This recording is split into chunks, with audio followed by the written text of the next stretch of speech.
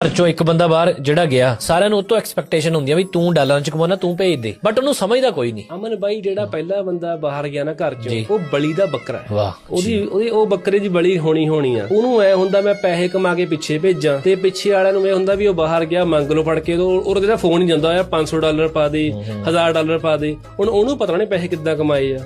ਤੇ ਸਭ ਤੋਂ ਵੱਡੀ ਗੱਲ ਇਹ ਹੈ, ਮੈਜੋਰਟੀ ਜਿਹੜੇ ਪਹਿਲੇ ਬੰਦੇ ਘਰ ਚੋਂ ਬਾਹਰ ਗਏ ਉਹਨਾਂ ਦੀ ਕਦਰ ਕਿਸੇ ਨੇ ਨਹੀਂ ਪਾਈ ਜੀ। ਤੁਹਾਨੂੰ ਮੈਂ ਸੱਚੀ ਗੱਲ ਦੱਸਦਾ ਵਾਂ, ਚਾਹੇ ਦੇਖ ਵੀ ਰਹੇ ਹੋਣਗੇ ਜੀ, ਉਹਨਾਂ ਨੂੰ ਸਮਝ ਹੀ ਨਹੀਂ ਪਾਉਂਦਾ ਕੋਈ। 80% ਬਾਹਰਲੇ ਕਈ ਬੰਦੇ ਨਹੀਂ ਕਦਰ ਨਹੀਂ ਪਾਉਂਦੇ ਹੈਗੇ। ਉਹਨਾਂ ਨੂੰ ਦੱਸੋ ਕਹਿੰਦੇ ਤੂੰ ਤਾਂ ਬਾਹਰ ਬੈਠਾ ਐਸ਼ਾਂ ਪੜਦਾ ਸੀ। ਜਿਹੜੇ ਪ੍ਰਦੇਸ਼ ਜਿਹਦਾ ਕੋਈ ਹੈ ਹੀ ਨੀਗਾ, ਬਿਮਾਰ ਹੋ ਗਿਆ, ਰੋਟੀ ਵੀ ਬਣਾਣੀ ਆ ਉਹਨੇ, ਹਨਾ, ਉਹਨੇ ਜੌਬ ਤੇ ਵੀ ਜਾਣਾ, ਉਹਨੇ ਦੁਨੀਆ ਦੀ ਮੁਸੀਬਤਾਂ ਨੂੰ ਵੀ ਦੇਖਣਾ, ਉਹਨੇ ਕਰਜ਼ੇ ਵੀ ਦੇਣ ਲਾਣੇ ਆ, ਉਹਨੇ ਕਿਰਾਏ ਵੀ ਦੇਣੇ ਆ। ਮੈਨੂੰ ਪਤਾ ਨਾ ਬਾਹਰ ਬੈਠਾ ਕਿਵੇਂ ਰਹਿ ਰਿਹਾ ਸੀਗਾ। ਰੋਟੀ ਖਾਦੀ ਆ ਕਿ ਨਹੀਂ ਕੱਲੀ ਮਾਂ ਪੁੱਛਦੀ, ਕਿੰਨੇ ਡਾਲਰ ਕਮਾਉਣਾ ਬਾਕੀ ਸਾਰੇ ਪੁੱਛਦੇ। ਰੋਟੀ ਖਾਦੀ ਆ ਕਿ ਨਹੀਂ ਕੱਲੀ ਮਾਂ ਪੁੱਛਦੀ,